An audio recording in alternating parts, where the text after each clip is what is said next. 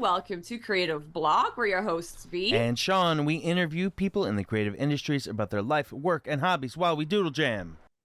We asked people on our social medias if they had specific topics they wanted us to discuss, as well as some drawing prompts. Today we have with us Thurop Van Orman.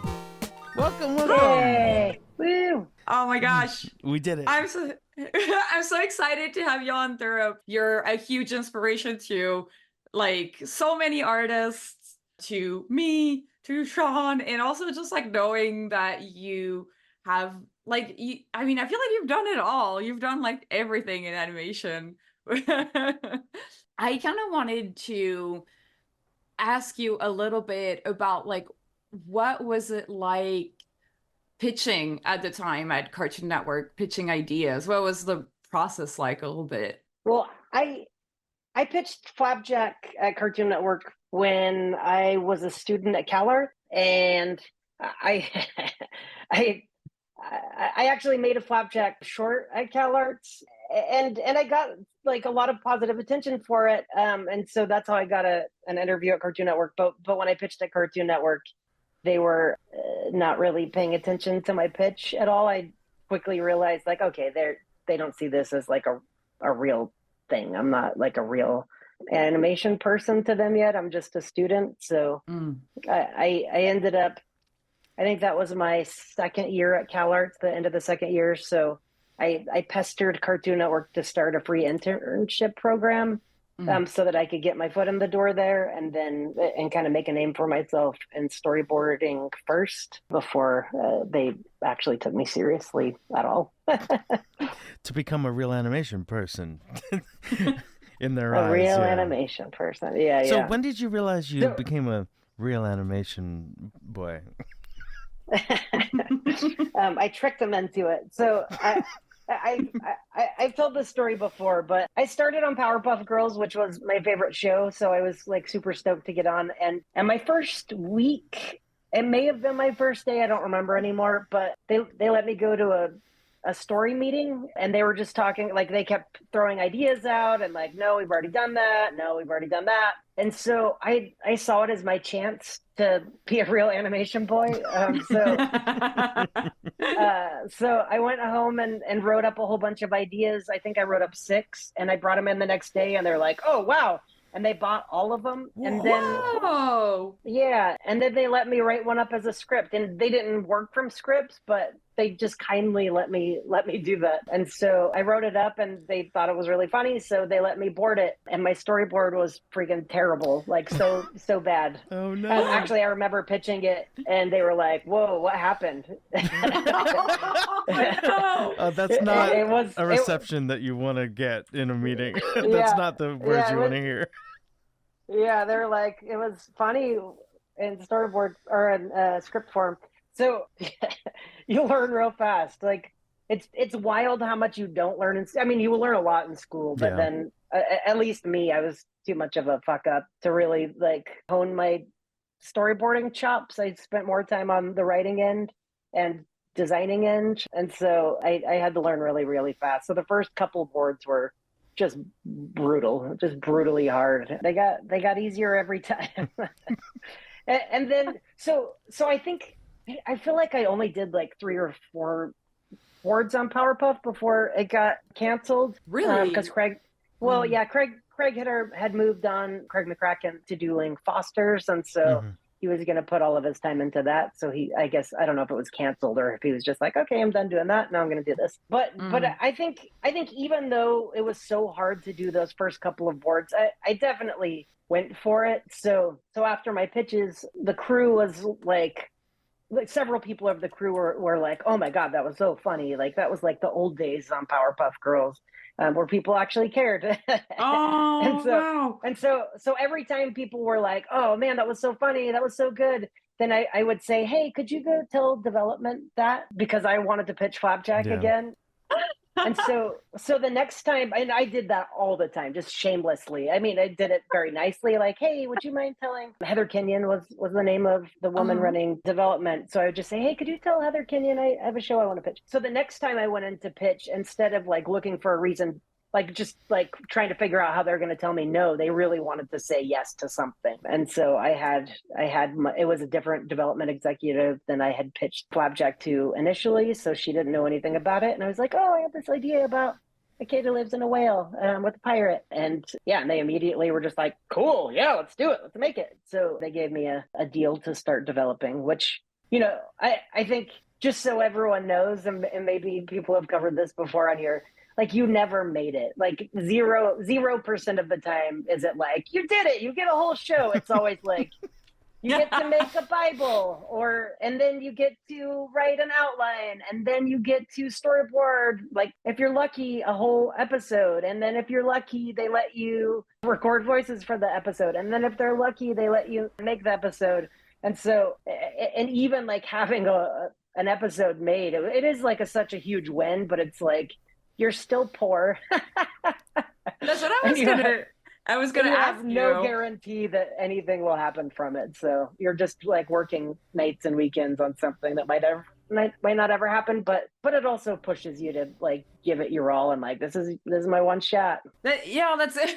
It's funny when you say you're still poor, because it's so true. It's like development is like, oh my God, like you get to go to a new step, but it's just a little bit of money that they give you when you did the new step. And then it's like, it's so hard to balance it all. Like, did you keep like a day job while you were developing, or were you trying to do 100% development? It was a mix and match. I think development's such a long period of time that I did have to work for part of it, but I think that I spent like a whole year, like on the pilot.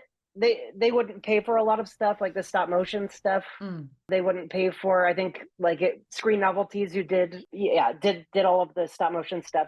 I think they quoted like bargain rate. They would do it for $20,000, and Cartoon Network was like, "Great, we'll do it. We'll give you $5,000." So I ended up building a lot of it myself, and so I just quit the job I was working on and just dedicated all my time to doing the pilot. But then they sent me to Korea when they're like, "Okay, well, we'll actually make it." So when they animated it, they sent me to Korea first class, and I'd never flown first class, and I was like starving, and they like bring you cookies, like warm cookies and stuff, and I was like calculating like how much did they spend on this trip. This is more than they've paid me the entire year. I wish that I had this money that I could spend on dinner instead of flying in a fancy, man, that's so weird, fully reclining seat. Yeah. Why do you think that is, that's what they chose to put the money into? I do not know. That's so strange. I think part of it is the executives are just kind of out of touch with how people live. And I think part of it was also Flapjack was so cheap. Like they gave us no money, so it was just like totally a labor of love, and like all of the mistakes are out there because they didn't give us any money to like rework anything or reboard anything. But I think also that was kind of Cartoon Network's model, and maybe it still is, I don't know. But it was like make a whole bunch of stuff for really cheap, and I think allows them to take chances on weirdos like me. And then it probably was just like, okay, we're actually going to make this thing, so let's give Thurop a little reward. And I think they knew that it was gonna like go to series. Yeah, I don't know.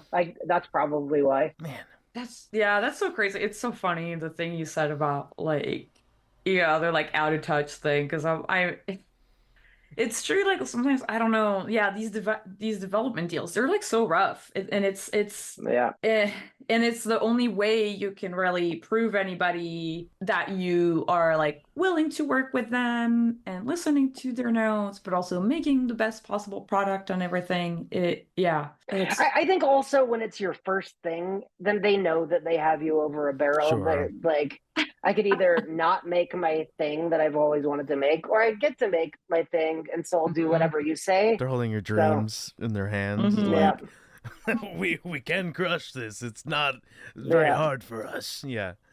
And it has changed. Like if I pitch something now, then they do pay like a normal amount of money that you could live on, because they know that I could just go to another studio Mm. or whatever. Like, I don't have to say yes to anything anymore. Was there a time where you felt like, oh, I feel not that you've made it, but like I feel stable? Was it not till after Flapjack? Was it never? Or like as far as just like I'm in the animation industry, I can support myself. This is a job that I can keep. Have you ever felt that? I guess I Yeah, kind of. I mean, I did not feel like that on Flapjack. I didn't start to feel like that until producing Adventure Time, which I took on because, like, partly because I love Penn and everything he does is amazing. agreed. And partly because I had seen so many show creators, like literally working at Barnes and Noble bookstore, Borders bookstore, as a host, like 6 months after their show ended. So I was very aware that if you're not versatile and you don't quickly prove that you can do more than that one thing that you did, people will see you as unemployable. And not just the studios, but like other show creators are going to be like, oh, I don't want that person who had a show coming over and trying to make that style of thing on my show. So I transitioned into producing Adventure Time and Flapjack at the same time, even though it was just an ungodly amount of work, because I knew that would kind of ensure me work in the future. Oh my God. I can show that I can work on someone else's show. So that definitely helped. And I think it was a smart thing to do. But even after that, like for years after that, I think the only time that I really feel safe is if I take a job, like when I took on Angry Birds to direct. I think like I wouldn't have felt safe then, but Disney had made an offer on my other project that I was working on, like my pet project, Northwoods. And so I had like a golden parachute. If this doesn't work out on Angry Birds, I can go make this thing over at Disney. And meanwhile, Netflix had made me an offer on Northwoods also. And they're like, no notes. You can make 3 movies and then a whole series or like whatever you want. So I was like, okay, finally, I feel safe. I feel like even if I fail a couple times, I have a backup plan.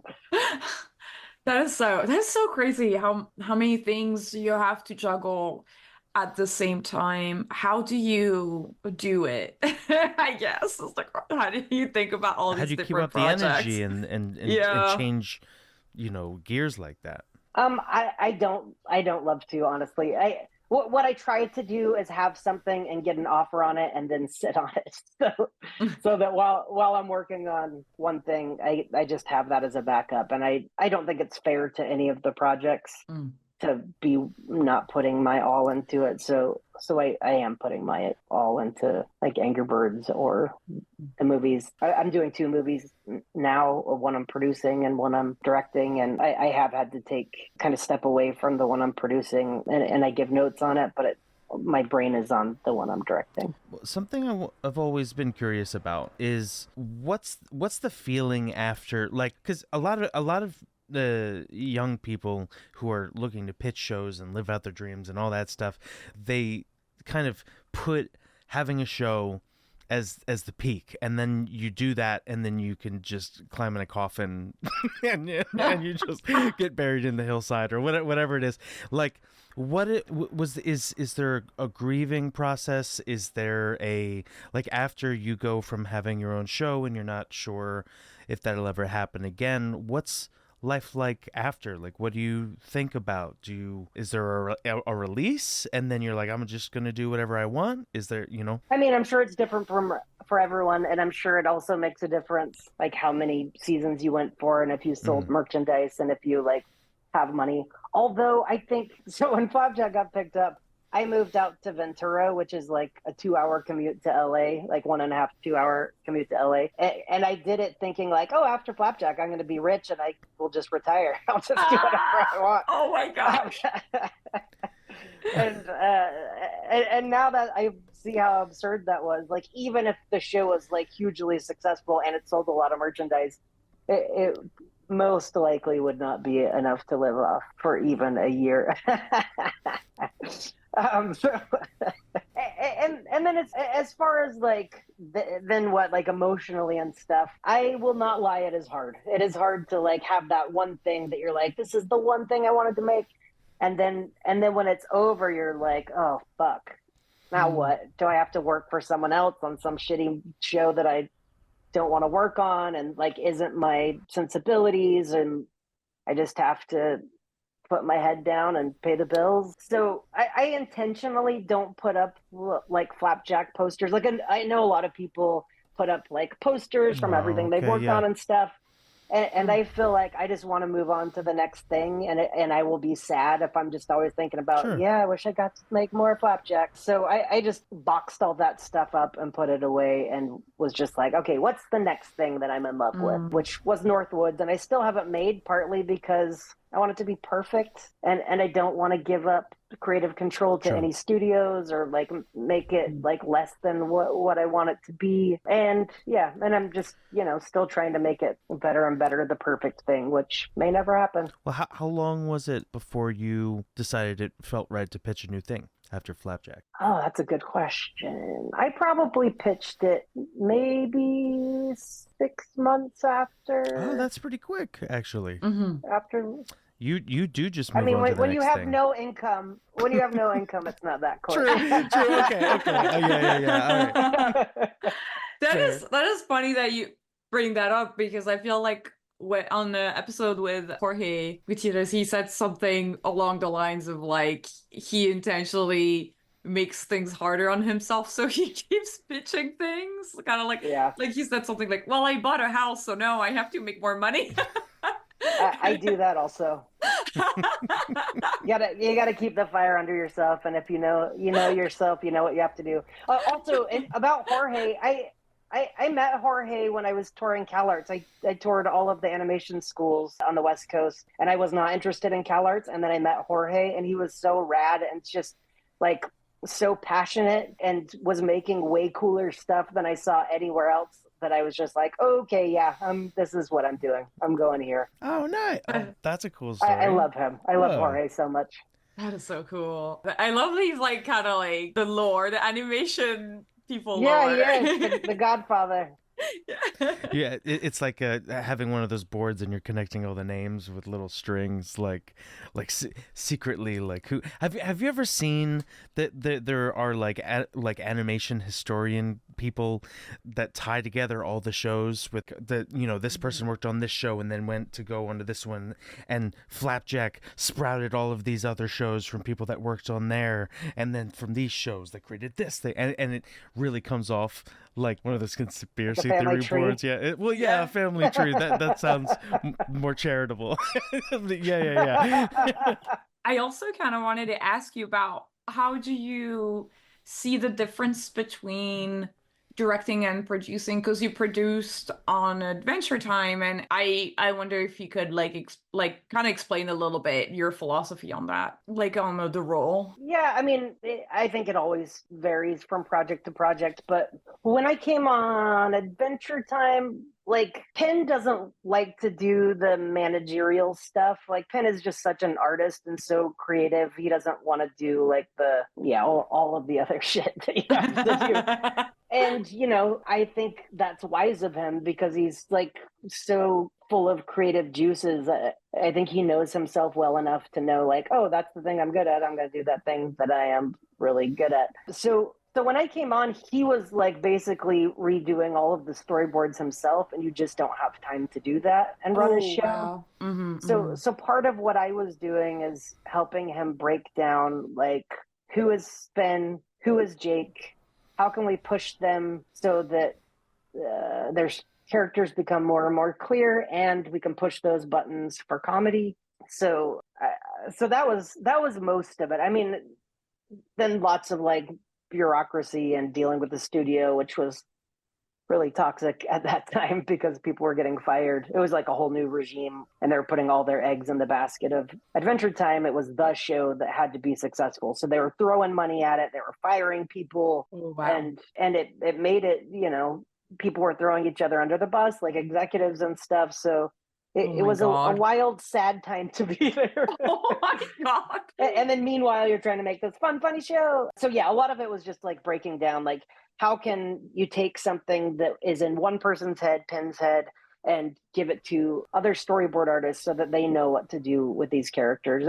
And it's the same thing that you have to do when you're pitching normally. Normally, if you can set up characters so well in a pitch that the executives feel like, oh, I get that character. And then you start pitching them ideas. And then when it clicks for them and they're like, oh, I could see how this could go. Like, you've got them. You know that Oh, I you did see. your job. You set up a clear enough character that they can imagine now if they're put in this scenario, what they're going to do. And that's mostly what I was doing on Adventure Time as a producer. No, it's really interesting because I feel like it's like these jobs that we kind of like see in the credits, but it's like, but I feel like nobody, like, especially outside, or like, as a student, I had no idea what a producer meant, because like in my student brain, I thought like, oh, well, you're giving money if you're producing, but it's not at all what it is, right?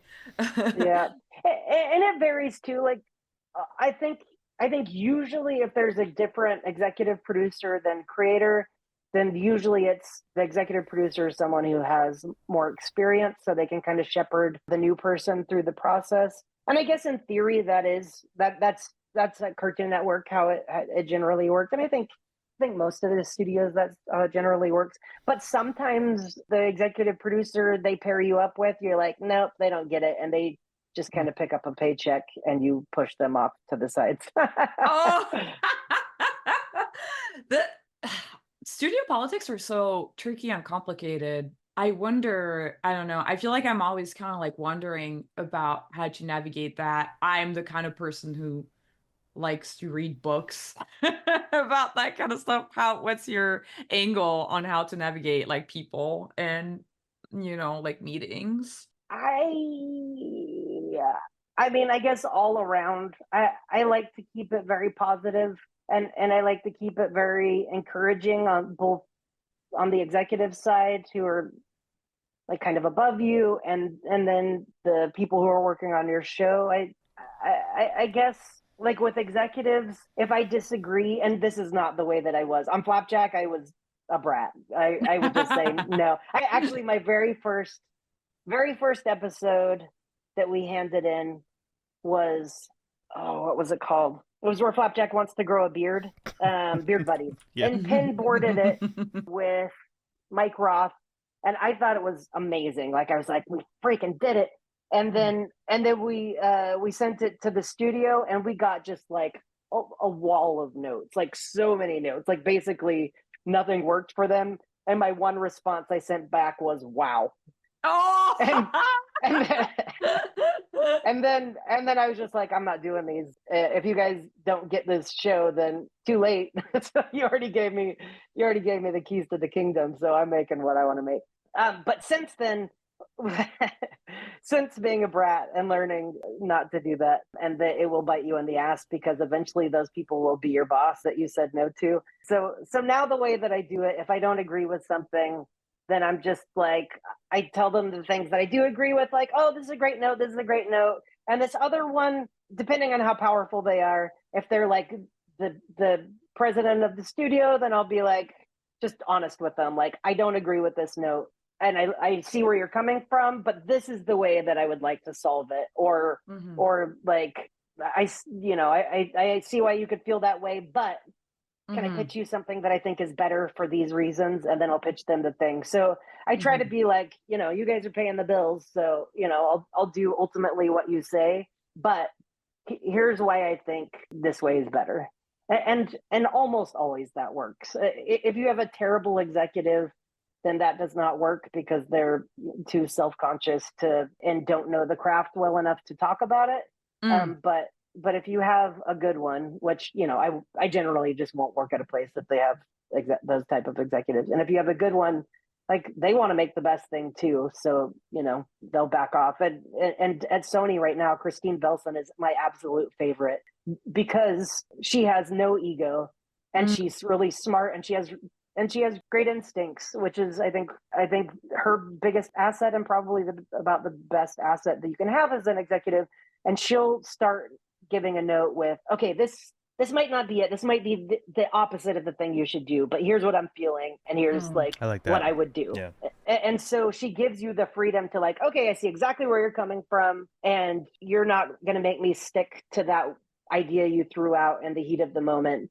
We have months to hone this thing and give you a better version than the one you just pitched. So, you know, super helpful. We get it. We know where to start, but that isn't where we have to end. And that's amazing. Can you think of like maybe a specific example where either as a creator or a director or a producer, where you had to kind of navigate a little bit of an obstacle course to land an idea that you guys were passionate about, or like something you had to problem solve and make work? Can you think of any particular moment? Yeah, I can think of lots of them.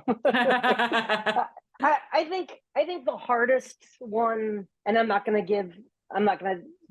say who, not that it paints anyone in a bad light, but I think the hardest ones, and this happens at every studio, the hardest ones are when you're not talking directly to the boss. The hardest ones are when there's like a bunch of people, like a wall of executives who are giving notes that they think that their boss wants to see. I see. And if you don't get that direct conduit, then it is a game of telephone and everything's lost in translation and you're doing arbitrary bullshit a lot of the time. And so if it's possible to not to just talk directly to the big boss, then man, do that. And if it's not possible, then you just have to slowly figure out like, okay, this is the note, these are the notes they gave me last time. And then I pitched to their boss and then they gave me these notes. And a lot of the times it's like the first wall of people are like rounding off the corners, like, oh, that's not very nice, or oh, that seems too edgy, or you know, whatever. And so you shave off all those corners and you make it soft, and then they give it to their boss, and their boss is like, oh, this isn't funny enough. We want it like edgier and punchier. So then you just have to learn to navigate. Okay, the people directly above me are going to shave off the corners and the person above them. So you just have to find a really nice way of saying like, you know what, I want to go too far in this direction. And I would love to give the note, you went too far in this direction, because remember their notes were this, this, and this. So can I have your blessing and going further than you're comfortable, because I think that that's what they want to see.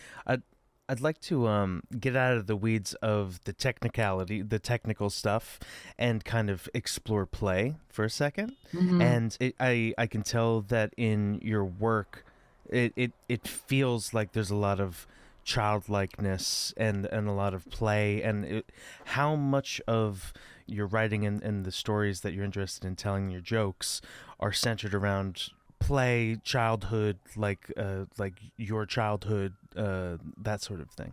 I mean, Flapjack was a lot. I mean, Flapjack is based on me as a kid, so it was me as a kid. Well, what was that like? How did that affect, your relationship with making things? I guess a lot of the stories on Flapjack came either, let's see, there's 3 types of stories we did on Flapjack. One was, this is a crazy story from my childhood. How do we make this into an episode? And there were a lot of those, like maybe a third. Then maybe a third were when everyone comes into a story meeting and you're talking about your weekend, and whatever the best, if there's a story from someone's weekend, and there almost always was, like I had a house guest and it was horrible and this is why, and then everyone's laughing and stuff, then like you already know what parts of that story work and resonate with people. So we're like, okay, how do we turn that into an episode? Okay, Flapjack is that guy, house guest is that guy. and then it's so easy to brainstorm those because everyone's like already laughing and already knows like how you can push it to get more and more laughs. And then I think third type of episode was we just play writing games or like drawing games where sometimes it was you fold a piece of paper in thirds or fourths and the first person draws a picture, the second person writes the first act, third person, or let's see, yeah, next person writes the second act, next person writes the third act, and usually those didn't work, but one act worked or two acts worked, and then you could figure out the rest. And I think because everyone knew me, and I'm pretty much the same as I was when I was a little kid, then it was easy to see what Flapjack would do. And I tried to, lay it out verbally, but I think I still try to base characters off people that I actually know, and of course you exaggerate them, but I think you always get better characters that way than, because otherwise, even if you like think that you're coming up with something really unique, people will revert to tropes like, oh, this is the angry person. Okay, I will write to all of the angry, grumpy characters that I have watched in TV shows and movies. And I think if you can base someone off of a real person, whether it's yourself, and most people's main character, at least unintentionally, is based on themselves. I try to always do that, and then your job is just to convey that to everyone else clearly enough, people who don't know this person, how you tell stories with them and how they would react in a situation. And I think that just comes down to how good your storytelling chops are. Can you tell enough stories about that person that people feel like, oh, I get who they are. That's so cool. I love that. I love that you had like these games too, like the drawing, like writing games, like set up. It's like a cool way to get everybody like active and participating, and to get everybody like kind of like started on story. Yeah, you said that you really focused on story during CalArts. How would you kind of say that you developed your story skills? Was it like through classes, or like how did you explore that, I guess? Yeah, I had always been an artist, and I think everyone, when they go to CalArts or probably any art school, like you're used to being like the best person that at art. And suddenly, and then suddenly you go to CalArts and you're like, oh, holy shit, everyone's better than me at something. And so it really pushes you. And maybe that's one reason that I think, no, I don't think that's why I went into the writing side. I think that I had always wanted to write and illustrate children's books, and I had no idea how to get into that. And this was the 1900s, so there was no internet, and you couldn't like look up the 1900s. The 1900s. It was a rough 100 years. So way back in the 1900s, with no internet, like there was no way to look up how you get a job in anything. So I didn't go to CalArts until I was 23 or 24, after trying a couple times and not getting in. So I like, in the back of my mind was like, I'm going to write up these stories someday. And I, basically from high school to CalArts, 5 years, I hopped trains. I like tried to live off the land in the mountains and failed, or like live on an island by myself, failed, worked on fishing boats up in the Bering Sea. Like I did a lot of stuff, and from my childhood, I did a lot of wild things, but I just didn't know, like, how do I turn that into something that people would want to read?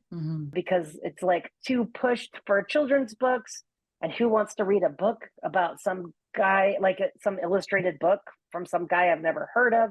So when I found animation, and I was like, oh, this is it. This is the thing that I can do, and I take these stories and turn them into animation. So I had tried to go to college a couple times for creative writing, and I just absolutely hated it. But then CalArts, I think just imagining it as a movie, like for some reason that unlocked it for me. For some reason, just imagining like, oh, this is a movie, I can write this. And so I took a screenwriting class from Nicole Panter, who is amazing. And I read the book Story by Robert McKee. And then I just consumed every other book I could find on writing, because it was like I was doing it and I wanted to be. I think that I would learn just enough that I'd get really excited and write, and like, oh, why does this suck? And then I'd read a book like, oh shit, that's why this sucks. I wasn't doing this thing, and this thing, or there's just so many layers, especially to a movie, that you're constantly like peeling back and honing in on like the meat of it, and you'll do that for the entire process of making an animated movie. over and over and over and over and over. And I love that process. And I just fell in love with being able to finally tell the stories that I wanted to tell. That's why I got sucked in, and I'm still sucked in.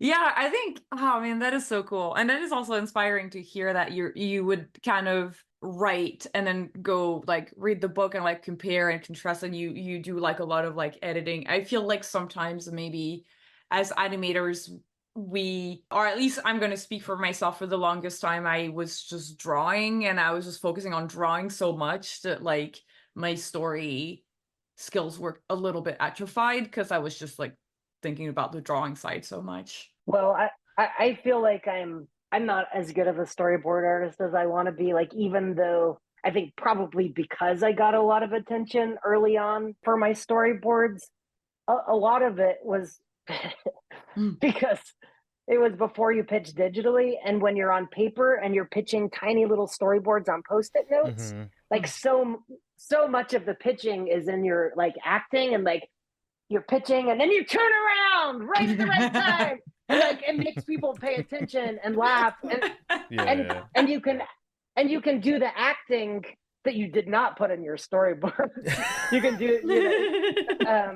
act out a joke that and time it so that people will laugh, even though it's like, they're never gonna laugh at it on the screen if it comes out like the shit that I put on paper back here. I wish I could go, trust me, he's gonna move like this. Like yeah, they're like, 100%. Where's the drawings of that? Yeah, I mean, that is how we used to pitch, and it is wild, but that's how it went. That's so funny. And you can't, I mean, it was a revelation. It did make me way better when you could pitch digitally, because the things that make people laugh when you pitch digitally, will translate, and you can't cheat. Like, you can't if you're pitching off paper. That's so funny though. I do feel like it's like oh man, it's like an amazing skill though. I feel like, to be able to pitch. I don't know. I always like, it's funny because for me, I've never pitched on paper. Like, I know, Sean, you've pitched on paper. I've hanging up all the storyboards on the wall and trying to do all the voices, and then like that they can't really see your boards that well on the wall, so you have to like. That's what I've always wondered. Really like, how do you? Because it's too far. There's no way. Yeah. I mean, I think that just even saying the lines in a certain way, I mean, that's the tricky thing about pitching that way, is like, that if you fumble this joke or you fumble this voice, then that joke might get cut. So you have to like practice on your own a little bit. Maybe you gotta, because your hard work is like sort of on the line in your performance in a situation like that. Yeah, and you have to learn how to do all of the voices so that without being able to see the drawings, they know what's happening, and you have to act it all out. It makes you a better actor. It makes you a way worse storyboard artist. Oh my god, that's so crazy. That's so funny. I think you mentioned briefly before, being in CalArts, you were train hopping and you were on the island and you lived in the mountain. Can you talk a little bit about what that was like, or like kind of like what, or like the highlights of these moments in your life, like kind of the things, I don't know, maybe if you found like inspiration, the or berries that you ate. Yeah, I mean, I'll tell you about my first like big adventure, and then I should probably go because I have tiny mouse furniture to build. And I've told this story before, so forgive me if you've already heard it. But so when I was 13 years old, my family moved from Panama City, Florida, which was up in the Panhandle, to Salt Lake City, Utah. And I hated it. I hated the cold. I just wanted to be back home. I missed the ocean. I lived like in the woods, so I used to go explore every day. And so, and this is a lot of where Flapjack came from. So I got really into reading because I missed the ocean and I missed these adventures. So I got really into reading these 1800s adventure stories where, when you're 12 years old, you leave home and you go work on fishing boats, or you go work for the local blacksmith as an apprentice or whatever. So I was like, I'm already 13 years old. I'm wasting my life. I need to get the fuck out of here.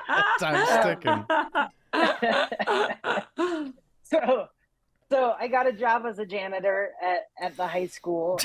I was in junior high. So I was like, going after school amongst all these like older kids and like cleaning out the garbages and scrubbing floors and stuff, because my plan was I'm going to run away. I'm going to go back to Florida. And there's a little island off the coast called Shell Island that as a kid was just magical to me, just covered in shells, and there's palm trees and there's a little lake in the middle. So I was like, I'm going to go live on Shell Island.